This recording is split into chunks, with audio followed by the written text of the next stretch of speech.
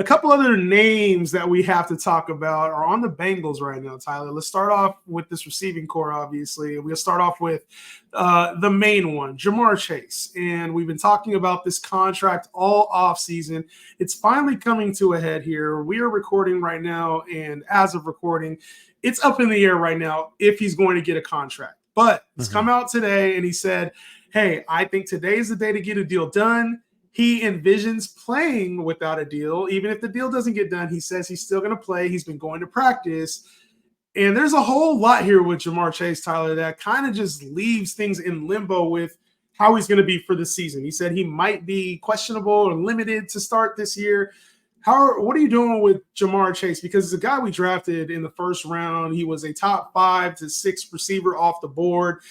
And there's a lot of question marks about him going into this matchup with the Patriots. Yeah, I've always thought he's going to play. Like, this isn't a situation where he has to get a new deal. Like, he still has 2 years left. So I've always kind of just been on the impression that he's going to play this season. And I think this weekend he'll show up. But like how he kind of worded it, like he'll still play the season without a contract. Like it just seems like he's going to play. You even say that? Yeah, like he shouldn't have even said that. Just played a little bit more hardball. But I still think, like, I think he'll play.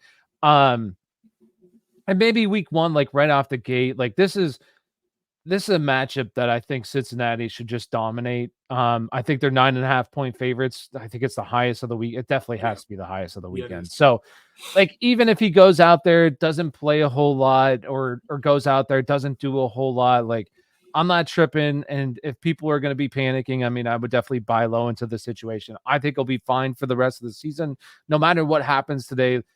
Like, he's just going to lose way too much money if he doesn't play. So I think he's going to end up just playing, and it's probably, honestly, I don't think a contract's going to get done. I think, I think it's too close to not get done. And JAMARR is probably like, here's the good faith. I'm showing up. I'm going to play. I think hopefully they get a deal done, man. Because the last thing I want to hear about is JAMARR Chase anymore at all this season. I don't want to hear no more about JAMARR Chase. Just go out on the field, play, bro. Like, I'm tired of it. And I don't know why they don't just pay him either. Like, there's no way it's that far off. There's no way. Yeah, and you have to think, like, if I'm a team, why not just lock it in right now? Because you know that the number's only going to go up next season. So, like, let's get it done. That way next year, those guys are getting paid even more. We don't have to worry about paying them more. We can just pay them right now. Like, this year, it's actually better to do it. Like, because the price is only going to go up for JAMARR Chase. So you might as well lock him in now. Just lock it in. I don't know, but that's just me. Well, and they need to lock it in because they're not even sure if they're going to have their receiver, the other side on the other side of the ball there, T. Higgins.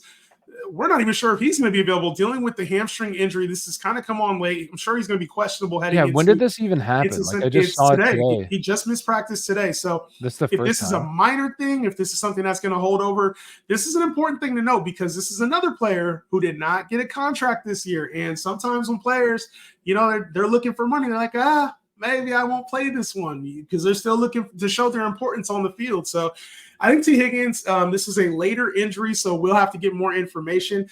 But they need T. Higgins on the field. This entire offense needs T. Higgins. And so a late injury like this, T. Higgins, are you playing him? Because I'm watching this very closely. If he plays, I am going to play him. There's no way I'm benching T. Higgins coming off a hamstring injury. The only way I would bench him is if I knew I had better options. If you drafted him as your wide receiver 4 or maybe your flex, and you have a very capable or similar type tier player to start, that's the only reason I would bench T. Higgins. Otherwise, he's staying in the lineup. So would you play him or would you play Jaden Reed tonight? I'll play Jaden Reed. Similar type option to me, right? So you're talking about your wide receiver 3s in your lineups. I'm taking those guys and playing them over T. Higgins. Even if he outscores them, I'm good with that. Yeah. It's the tier right below that. That I'm worried about. No, I mean, I agree. Like, I would definitely.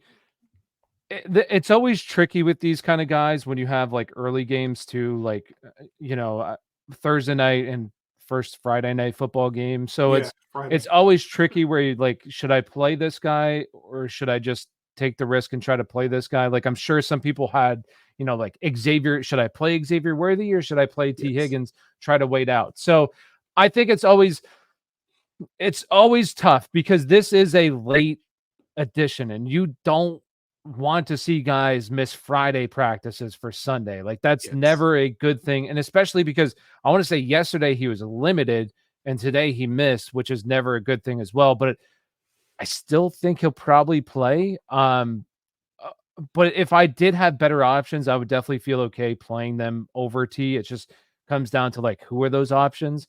And I think this game is what time. I'm assuming it's a 1:00 game, right? So we'll It's probably know prior. But yeah, like if I had a better guy playing tonight, then I would definitely start him over T. Otherwise, yeah, I mean, I would probably be playing him if he ends up going Sunday. It just depends. Like it all depends on like who you have. It's impossible to say. Like I guess T Higgins or Deontay Johnson. See, and that's kind of the barometer. I probably would go with T. Higgins there, but it's close. Yeah. That's where I start to think about it. Just Like if purely off the Deontay upside. Johnson was playing tonight, would you just start Deontay? Than rather worrying about T? Or would you play Christian Watson tonight? Or would you just play T Higgins No, if I'm you had still no I'm other still better option? trusting. If I had one of those options, I'd wait because I think the Cincinnati game is the early game that day.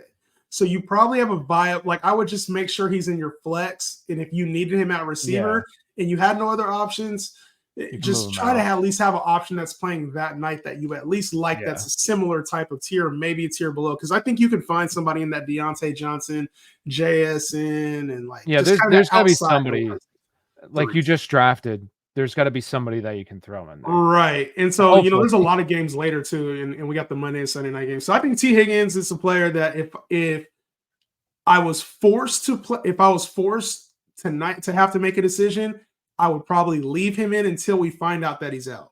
That's Unless how I would Jaden play. Reed. 100% I'd play Jaden Reed. Unless it's Jaden Reed. Yes. I would take Jaden Reed over him. And then Devontae Smith we're playing Devontae over Smith, anyway. obviously. Yeah. And then other than that, we're waiting until Sunday. Yeah. So I think it's tough, man. This is What about these are good. This is a good workout.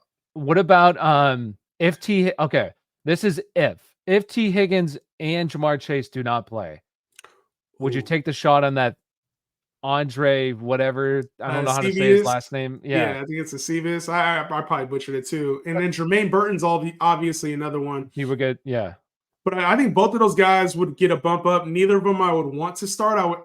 You gotta assume that one of them will have a strong day. It's just your guess as good as ours. There would be two players that I'd be looking at.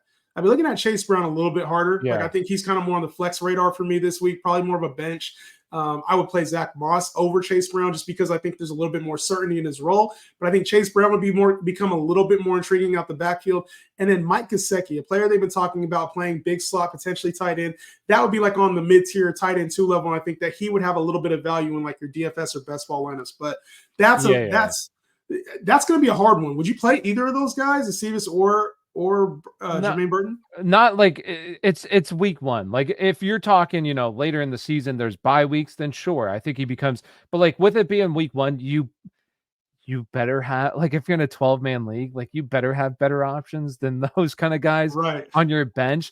But I do think it's intriguing with the running backs, though, for sure. I think that they would get the biggest boost, both of them, and I would feel comfortable playing those two guys. Now, like who over, like as flex plays for sure, and it depends on who they're over, but I think that those guys would be the biggest winners if something like that were to happen. But I think that at least one of these guys will play. Probably both of them will play. They're probably both going to play. Yeah, they're probably both going to play.